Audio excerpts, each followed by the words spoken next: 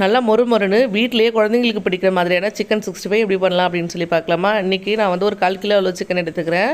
இதிலேருந்து boneless chicken மட்டும் நான் ஒரு 1/4 கிலோ அளவு கட் பண்ணி எடுத்துக்க போகிறேன். எடுத்து சிக்கனை கொஞ்சம் மஞ்சத்தூள் போட்டு நல்லா வந்து வாஷ் பண்ணி எடுத்துக்கோங்க. வாஷ் பண்ணி எடுத்து வச்சுருக்க சிக்கனில் 1 ஸ்பூன் அளவுக்கு இஞ்சி பூண்டு பேஸ்ட்டு சேர்த்துக்கலாம். அடுத்தது 1/2 ஸ்பூன் அளவுக்கு மஞ்சத்தூள் சேர்த்துக்கலாம். 1/2 ஸ்பூன் அளவுக்கு வந்து பார்த்திங்கன்னா கரம் மசாலா சேர்த்துருக்கேன். இது கூடவே காரத்துக்கு தகுந்த மாதிரி மிளகாத்தூள் சேர்த்துக்கோங்க. வெறும் மிளகாத்தூள் தான் சேர்த்துக்கோங்க. நான் வந்து இன்றைக்கி குழம்பு மிளகாத்தூள் சேர்த்துருக்கேன். இதுவுமே டேஸ்ட் நல்லா தான் இருக்கும். அடுத்ததாக 1 ஸ்பூன் அளவுக்கு மல்லித்தூள் சேர்த்துக்கிறேன். மல்லித்தூள் வந்து கண்டிப்பாக ஸ்கிப் பண்ணாதீங்க, டேஸ்ட் நல்லாயிருக்கு. அடுத்ததாக வந்து தேவையான அளவுக்கு உப்பு சேர்த்துக்கலாம்.